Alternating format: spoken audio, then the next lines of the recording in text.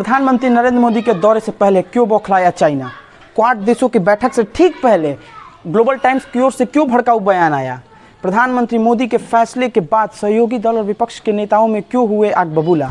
तमाम बातों की आज चर्चा करेंगे। तमाम विषयों को लेकर मैं आज उपस्थित रहूंगा।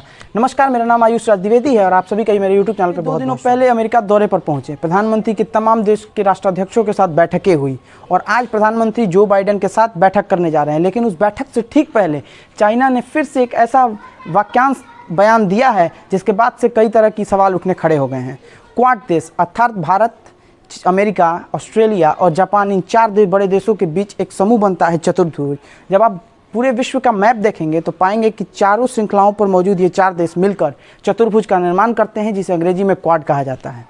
और क्वाड देश क्यों महत्वपूर्ण रहता है चाइना के लिए, ये आपको मैं बताता हूँ। जब हम तमाम मैपों पर देखेंगे तो इन चारों चतुर्भुज देशों के बीच में हिंद महासागर और प्रशांत महासागर का वो क्षेत्र आता है जहाँ से चाइना पूरे विश्व के सामने अपनी दबदबा को स्थापित करना चाहता है।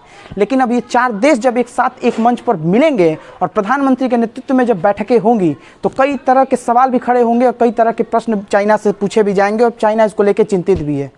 इसी का कारण है कि आज मीटिंग से पहले ग्लोबल टाइम्स ने एक भड़काऊ बयान देते हुए कहा कि अगर ये चारों देशों की जब बैठकें होगी तो कहीं ना कहीं से चाइना को कोई नुकसान नहीं होगा।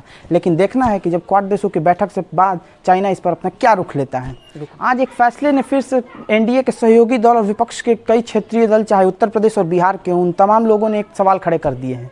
आज सुप्रीम कोर्ट में जब केंद्र की तरफ से ये जवाब दिया गया कि केंद्र सरकार किसी भी जातीय जनगणना पर विचार नहीं कर रही है, इसके बाद से जेडीयू हो या आरजेडी हो या सपा हो या बसपा हो या कांग्रेस हो, तमाम लोगों ने कड़े सवाल उठाने शुरू कर दिए हैं।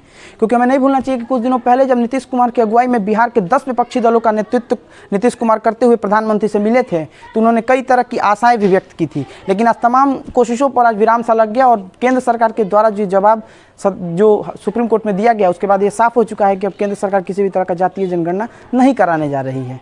अब जेडीयू ने भी कहा है कि कहीं ना कहीं केंद्र को इन तमाम बातों पर विचार करना चाहिए और तमाम कोशिश करने के बावजूद अगर केंद्र इस पर अपना सहमति नहीं जताती है तो आने वाले दिनों में देखना होगा कि सहयोगी दलों का और विपक्षी दलों का क्या आने वाले दिनों में राजनीति में रुख रहता है। आप सभी का हमारे यूट्यूब चैनल से जुड़ने के लिए बहुत बहुत शुक्रिया।